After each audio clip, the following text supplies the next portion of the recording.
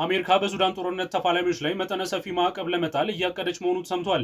አሜሪካ ከትራምፕ መምጣት በኋላ በሱዳን ሰላም ለማምጣት ሐሳብ አቅርባ እንደነበር ሲታወስ የፈጥኖ ድራሽ ኃይሉ ቅዱን መቀበሉና የሱዳን ጦር ግን እንደማይቀበል መግለጹ ይታወሳል።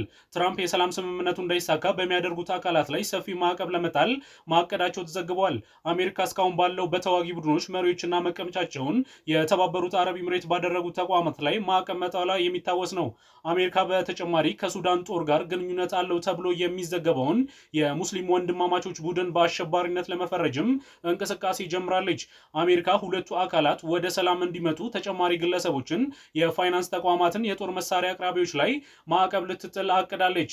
የሰላም ስምምነቱን ተቀብሎ የ3 ወራት የተናጥል የተኩስ አቁም አውጇል ያለው የፈጥኖ ድራሽ ኃይሉ ውጊያውን ቀጥሏል። አሜሪካን ጨምሮ ሌሎች የአረብ ሀገራት ያቀፈውን ቡድን ሰላም ለማምጣት ጥረት እያደረገ ቢሆንም እስካሁን አልተሳካለትም።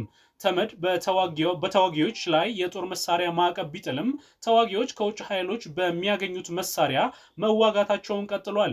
አሜሪካ ማዕቀቡን ማስፋቷንና ለቡድን ደጋፊዎች ያደርጋሉ ባለቻቸው አካላት ላይ ማዕቀብ ለመጣል ማቀዷን ጫና ፈጥሮ ሰላምን ሊያመጣ ይችላል ተብሎ ይጠበቃል።